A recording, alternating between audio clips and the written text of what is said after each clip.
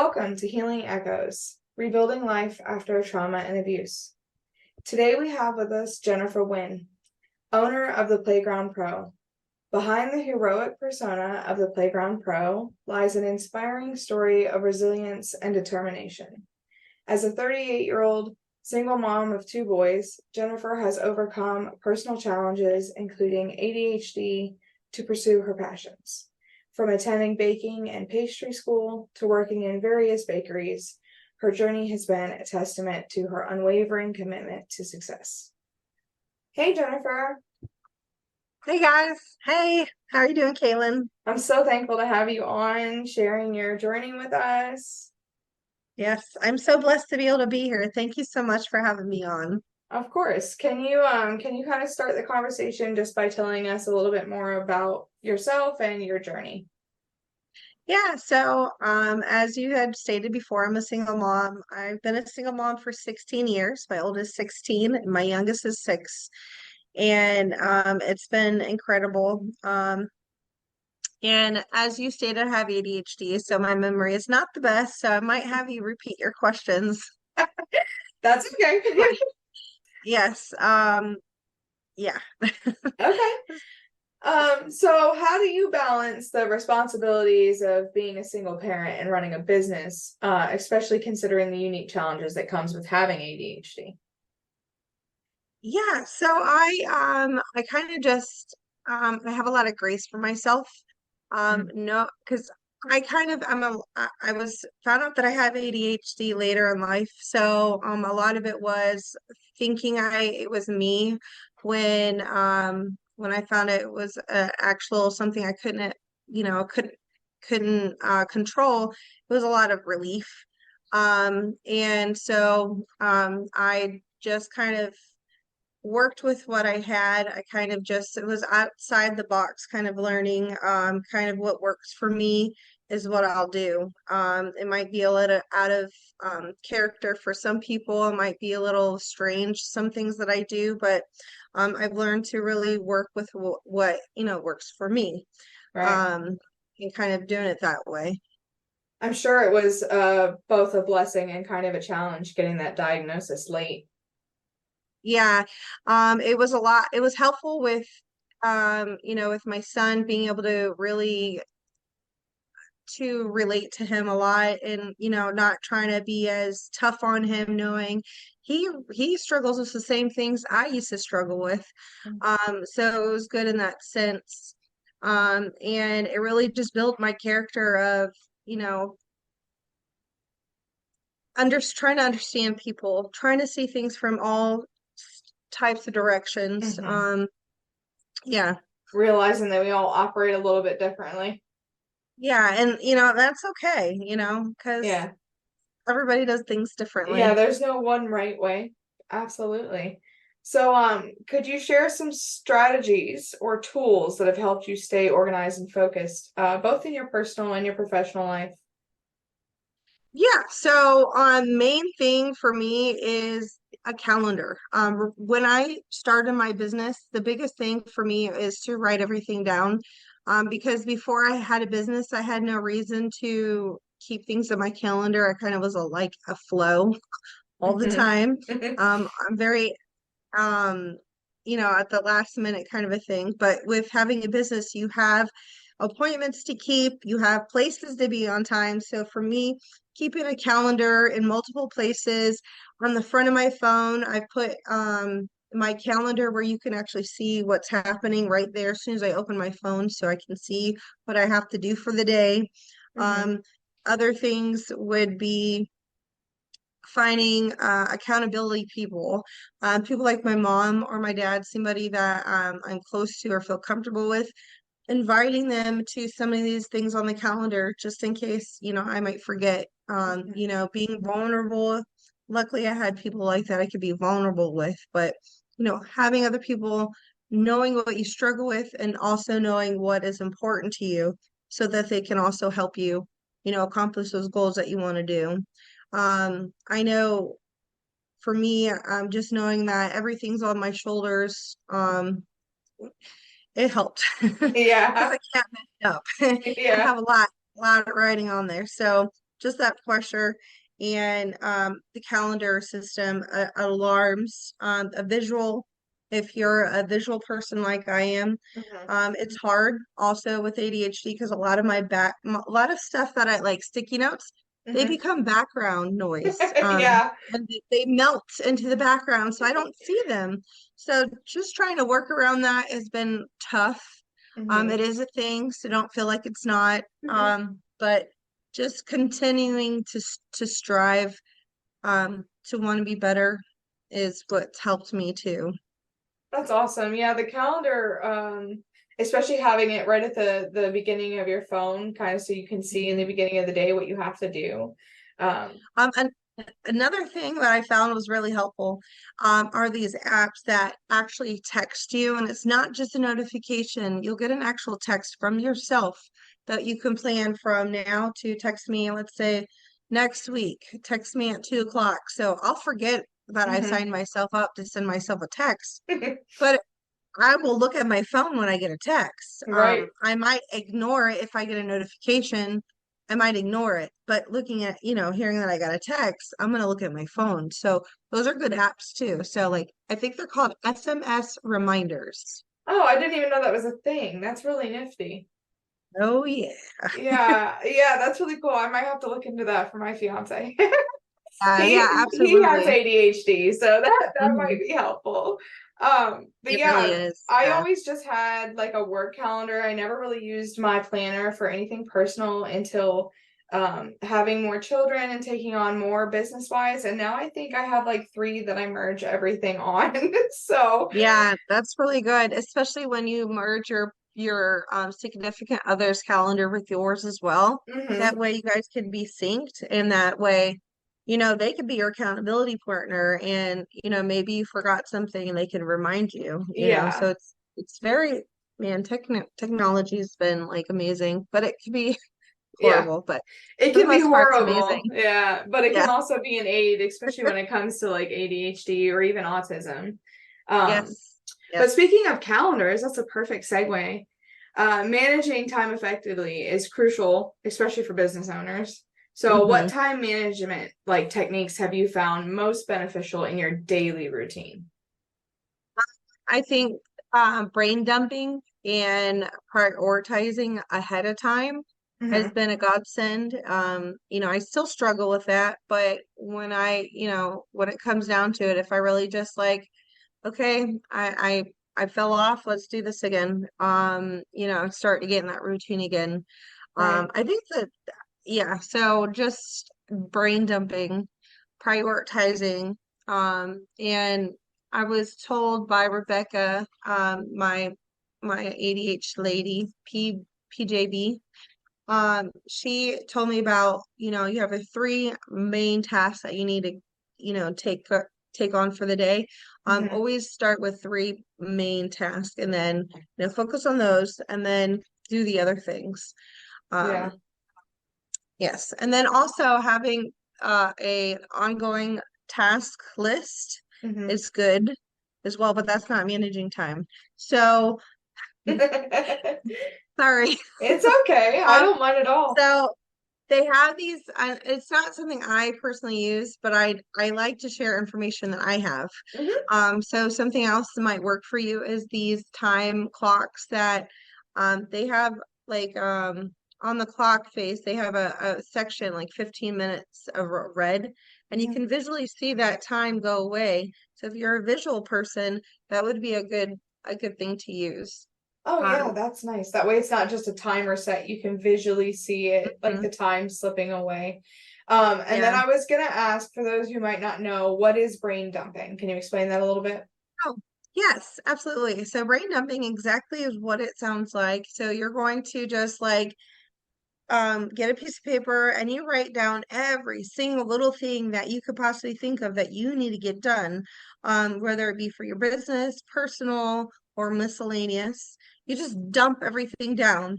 when you do that, after you're done with dumping everything, you go back and you kind of put them in their most importance. Like something that you need to get done with the next hour, something that you need to get done with the next day, and something that you need to get done with the week. Mm. And you kind of just put them in those different categories, and that helps you prioritize your time. Well, I'm sure between that and like you had also said, only set three things, I'm sure that really helps with the feeling of overwhelm Yeah, because then I you're not think like trying to accomplish all of these things. mhm. Yeah, I think with being moms and as a business owner, you have that pressure of getting everything right and make sure you do everything. And it gets to be a lot, but you got to give yourself grace and try not to load yourself too high because you can only take too much, so much, you're Yeah. only human. Yeah, you have to have that grace and forgiveness. Yeah, that's Um, the biggest, like, that's one of the biggest tools I think you can have in your toolbox is that grace to give yourself. yeah. When you're having an ADHD day or you're having like a very like tough, tough day, Hmm. some days I'm just like, I didn't accomplish anything, I didn't get anything done. And at the end of the day, I just have to shrug my shoulders and be like, okay, well, that's the day. Tomorrow's another one. We're gonna Hmm. go right back at it. Yeah, just try again tomorrow. I Yeah. don't I don't think beating ourselves up really leads to anything positive ever. No. No, absolutely not. Mm-mm. So many people see people with ADHD as a disability, but I think it also lends into creativity and an ability to see things outside of the box. So, how would you say that your ADHD has positively influenced your approach to problem solving, both in your business and your personal life? Yeah, so that's one of my favorite things to do is think outside the box. It's one that and shots in the dark because sometimes those actually land. So even thinking, asking an outlandish question that you think, might not come true, sometimes does. Mhm. So before I actually got the business going, well, at the very beginning stages, I didn't have a store, and I was only selling playgrounds for a very small discount for myself. I wasn't a wholesale dealer. So I was doing Uber Eats and I was trying to get my name out there, Mhm. get any kind of a sale that I could. So what I did was make business cards and then I gave them to every single order that I had. And on the note, Uber Eats and say, hey, I'm starting my business out. I'm just giving my card out to everybody and you kind of just you market, you Yeah. put your name out there and you never there's two things, you never know who sorry, back up. Two things. You don't know who somebody works for and you don't know what they do for a living. So even if Exactly. they were living in an apartment building, I still gave them a playground, one of Hmm. my business cards because you don't know if they know somebody. You don't know if their aunt is a daycare owner that just opened a shop or opened a store, daycare center and needs a playground. Hmm. So really thinking, I spoke to everybody and cold approaching, which is not really outside the box, but you know. So yeah, one of my biggest things was just, making my own card and giving them out to everybody. Hmm. That's funny because I've actually done the exact same thing. I also Ubered both the ride shares and the eats. And I had my little box of cards when I had rides so that people could see them and grab them if they wanted. And I put them in every Mhm. order when I was doing the eats. And it worked. So, Yeah, it definitely works 100%. And there's nothing saying that you can't do it, and nope. nobody's going to report you. So No, because if somebody doesn't like it, the most they're gonna do is throw the card away, and that's a risk worth taking for the amount of people that are actually going to be interested in possibly put your name out there. That's a yeah, and really it's really funny. Oh, another thing that I did was here in Tampa, we have a thing called Gasparilla. We have a kids parade where they throw beads and everything like that. hmm. Well, this was right after I started my business, so I had all these cards made, like over 300 cards with me. And I went downtown, I parked my car, and on these waves of people leaving the parade, they had their kids, and Hmm. those were my customers. So I went down there And I just handed my cards out to everybody. Hey, playgrounds, customized playgrounds. I mean, I gave out all of my cards, and a couple people were like, "Hey, are you that? Do you do Uber Eats?" So I was like, "Yeah, that was me." I thought that was That's, so cool that I got recognized out yeah, there. that's That was cool. that was definitely amazing. Yeah. It means you did something that was creative enough that it stuck in somebody's mind, and that's exactly what you want to do, especially as a Yes. business owner. Absolutely. Yes. Yes. I'm not afraid to get out there and put myself out there. I think that's very important. Yeah, that is very, especially as an entrepreneur. So now, as a successful entrepreneur, what advice would you give to other individuals with ADHD who aspire to start their own businesses and navigate the challenges that they might face? Yeah, so I definitely recommend getting into something that you enjoy doing, that you have a passion about, because there's a need for everything. You name it, there's a niche. So it's really important to find something that you enjoy doing, something that has a lot of different things you can, mix up. Do a little bit of this one day, do a little bit of that one day. And really something that can work with your downfalls. Like for me, it's hard for me to stay on a schedule. And so with owning the Playground Pro, I'm able to go different places, work when I need to. As a single mom, there's some days that I just can't work. There's other stuff that I have to attend to. So, really finding something that can give you that little bit of a leeway, something that you just really love doing, that you wouldn't mind hyper focusing on. Mm-hmm. And if you don't know what hyper focusing is, it's really just focusing on something and you forget about time and you forget to eat and you forget everything else. So just hyper focus. The hyper So being yeah, the most important part of that. Hyper focusing. yes, yes. Yeah, so find something that you love to do that it's needed from other people. Yeah. Yeah, I think that is one of the best things about being an entrepreneur anyways, is that it's a little bit easier to find things that have the what is the word I'm looking for? The combination of home and life. And so I think we Hmm. find even more people with the so-called disabilities of like ADHD and autism that want to be entrepreneurs because it's so much easier on them mentally and emotionally Hmm. than a 9 to 5 for Yeah, someone else. absolutely. Yeah. Yeah, 100%. Yeah. Yeah, that's awesome. So, is there just anything in general that you want to share about your journey or any tips or anything that I might not have asked specifically? Yeah, so I definitely recommend if you're kind of like clueless on what to do, what the next step is.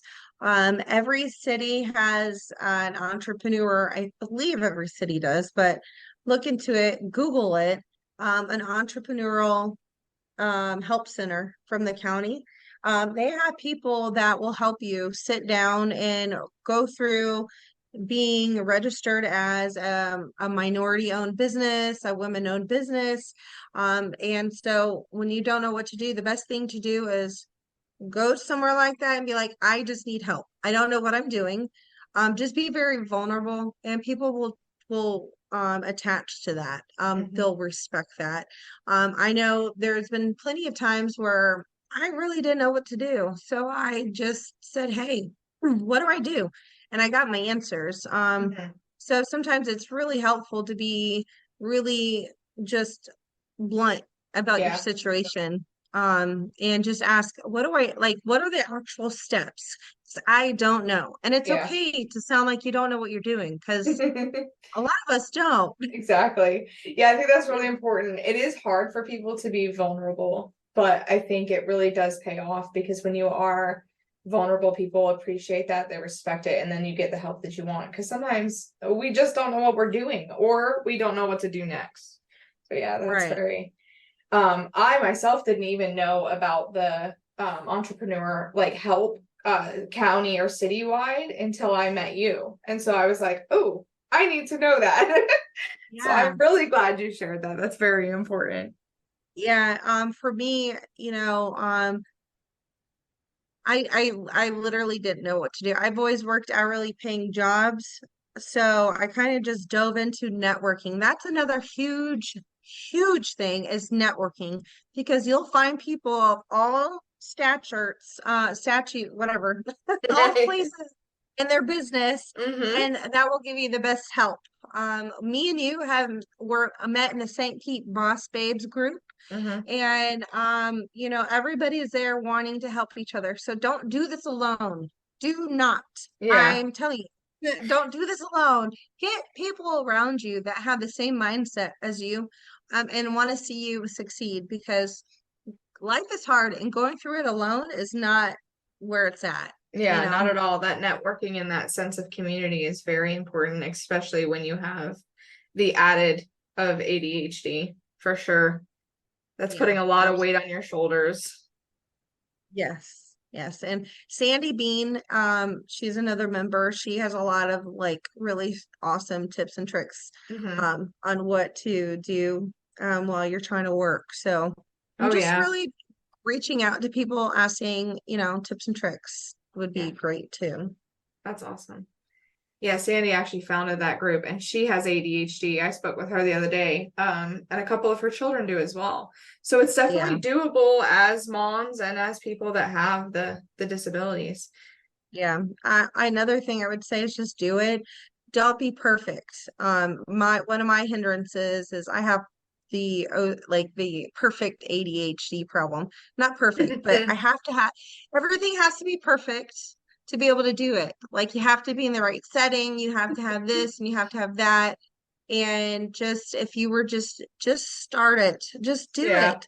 Like cleaning. If you just start doing a couple of dishes, you'll get in the role, Hmm. the swing of things and be able to Yeah. just do it a little bit better. Yeah, the most important part is to take that first step. Just start Yes. and then it'll take off. It doesn't Yeah, have to be perfect every time, and you don't have to be perfect at it to start. Most people aren't. exactly. Yeah. Yes. Yes. That expertise comes from experience. That means you didn't start as an expert. Right. Exactly. Yes. You don't know what not to do unless you do it.